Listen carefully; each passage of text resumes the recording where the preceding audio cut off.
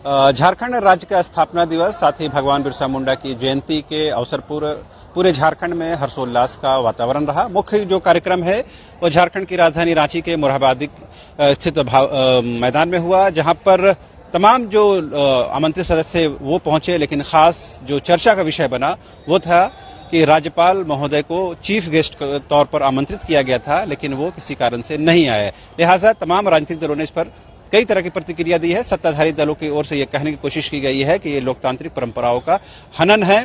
कहीं न कहीं बीजेपी का नाम लिए बगैर विपक्ष पर निशाना साधने की कोशिश की गई है। अविनाश पांडे ने हालांकि इस पर, जो कांग्रेस के प्रभारी है, उन्होंने खुलकर नहीं कहा, लेकिन उन्होंने इशारे में इस बात को कहने की कोशिश की, जबकि कांग्रेस की विधायक दीपिका पांडे, इरफान अंसारी, जो जेएमएम की राज्यसभा सांसद है महुआ माजी, इन तमाम लोगों ने इन चीजों को उल्लेखित किया कि ये कहीं न कहीं लोकतांत्रिक परंपराओं का वायलेशन हुआ है, उसका हनन हुआ है, लिहाजा ऐसी बातें नहीं होनी चाहिए। इन तमाम विषयों पर बात करने के लिए हमारे साथ मौजूद हैं हमारे सहयोगी मदन, जो आपको पूरे विस्तार से बताएंगे क्या कुछ हुआ है। क्योंकि मुख्यमंत्री का जो कार्यक्रम चला और उन्होंने जो कुछ लंबा चौड़ा उनका भाषण था, लेकिन एक शब्द भी उन्होंने राज्यपाल पर, राष्ट्रपति पर, ईडी पर, आईटी पर या अन्य किसी राजनीतिक विषय पर उन्होंने नहीं कहा। तमाम जो बातें उन्होंने कही वो केवल वेलफेयर स्कीम के बारे कही, लेकिन राज्यपाल का नहीं आना क्या राजनीतिक संदेश है इसका?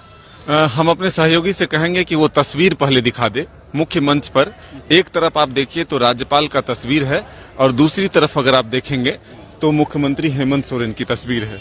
ये जरूर बताती है कि किस तरह से मुख्य अतिथि के तौर पर राज्यपाल को आमंत्रित किया गया और मुख्यमंत्री खुद यहाँ मौजूद थे।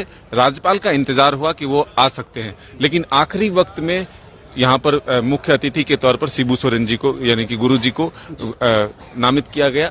और आप देखें तो कार्यक्रम में पहले ही बदलाव हुआ। ये जो इतना बड़ा भव्य कार्यक्रम हुआ था वो राष्ट्रपति के आगमन को लेकर तैयारियां थी। इतने बड़े बड़े जो पंडाल बने, जो मंच की तैयारियां थी, जो गेस्ट के लिए लॉन्च बने थे, वो तमाम चीजें जो है राष्ट्रपति के आगमन को लेकर के तैयारियां हुई थी। लेकिन महज एक दिन पहले राष्ट्रपति के कार्यक्रम में बदलाव हुआ और कार्यक्रम जो है वो काफी छोटा हो गया। सीधे वो जो है खूंटी पहुंचते हैं, रांची से खूंटी और खूंटी से फिर वापस रांची और रांची से मध्य प्रदेश के लिए वो रवाना हो जाती है। तो कई तरह के जो बदलाव हुए ये जरूर बताता है कि कहीं न कहीं इसका सियासी मायने जरूर है।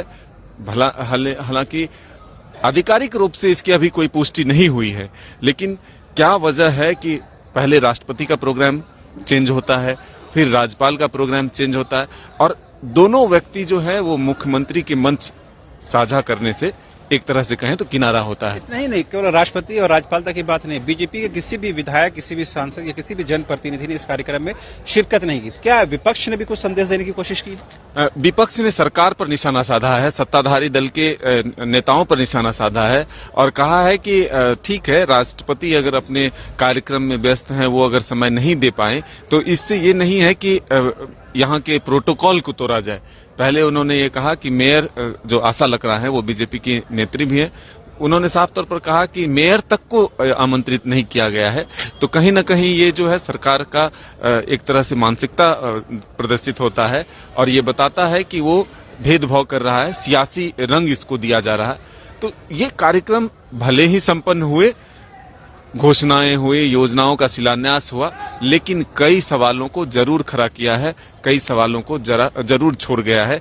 क्योंकि पहले राष्ट्रपति का प्रोग्राम चेंज हुआ, फिर राज्यपाल नहीं पहुंचे, मुख्य अतिथि के तौर पर मुख्य मंच पर दो तस्वीरें जो है, सबसे बड़ी है वो है एक राज्यपाल का, दूसरा है मुख्यमंत्री हेमंत सोरेन का। तो अब इसके सियासी मायने, आरोप प्रत्यारोप का दौर जरूर शुरू होगा। अब ये आगे तक चलता रहेगा। बिल्कुल, चूंकि आज 15 नवंबर का दिन है, फिर 16 और 17 नवंबर जो प्रस्तावित है मुख्यमंत्री हेमंत सोरेन को ईडी के सामने पेश होने का, तो लिहाजा आज से ये जो स्थितियां बदलनी शुरू हुई हैं, अब ये किस अंजाम तक पहुंचती हैं वो देखने वाली बात होगी। लेकिन झारखंड में सियासत जो है बेहद गर्म है और राष्ट्रपति और राज्यपाल के कार्यक्रम में फेरबदल के बाद विपक्ष की गैर मौजूदगी इस मुख्य राजकीय कार्यक्रम से ये कहीं न कहीं बताता है कि विपक्ष कहीं न कहीं सीधे तौर पर सत्ता पक्ष को निशाने पर लिए हुए है। इसका तमाम सत्ताधारी दलों के विधायकों ने, चाहे दीपिका पांडे की बात करें, महुआ माजी की बात करें, इरफान अंसारी की बात करें, एवं कांग्रेस के प्रदेश प्रभारी अविनाश पांडे की बात करें, तमाम लोगों ने एक सुर में इसे लोकतांत्रिक परंपराओं का हनन बताया है।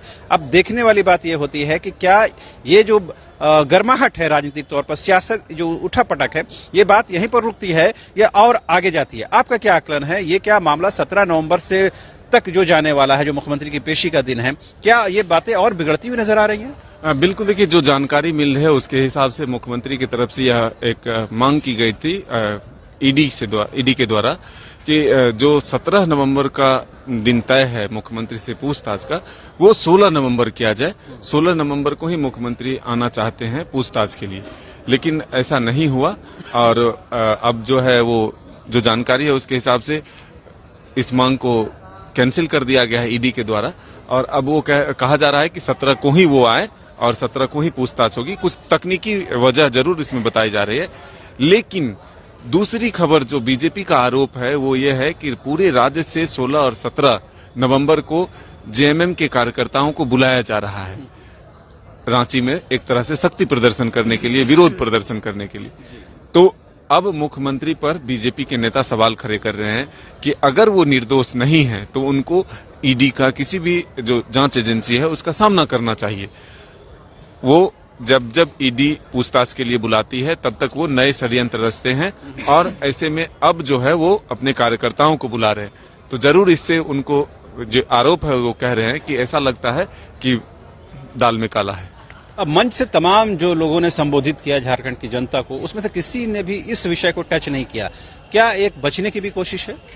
अब देखिए, पहले ही मुख्यमंत्री बहुत कुछ इस बारे में बोल चुके हैं, जो भी आरोप प्रत्यारोप लगाने थे वो हो चुका है। लेकिन आज इस सरकारी कार्यक्रम से मुख्यमंत्री, अगर आप देखें तो सरकार आपके द्वार कार्यक्रम जो चल रहे थे उसमें भी कई जगहों पर कई बात कहा था, लेकिन आज ये कार्यक्रम सीधे तौर पर राज्य के नाम, राज्य के विकास को लेकर के फोकस करते हुए आयोजित हुए। तो आपने सुना किस तरह से जो पूरा जो कार्यक्रम था वो कहीं न कहीं राजनीतिक आरोप प्रत्यारोप की भेंट चढ़ता हुआ नजर आया। हालांकि मंच से किसी भी व्यक्ति ने, किसी भी मंत्री ने, इवन के मुख्यमंत्री ने किसी भी तरह का राजनीतिक कोई आरोप प्रत्यारोप की बात तो नहीं की।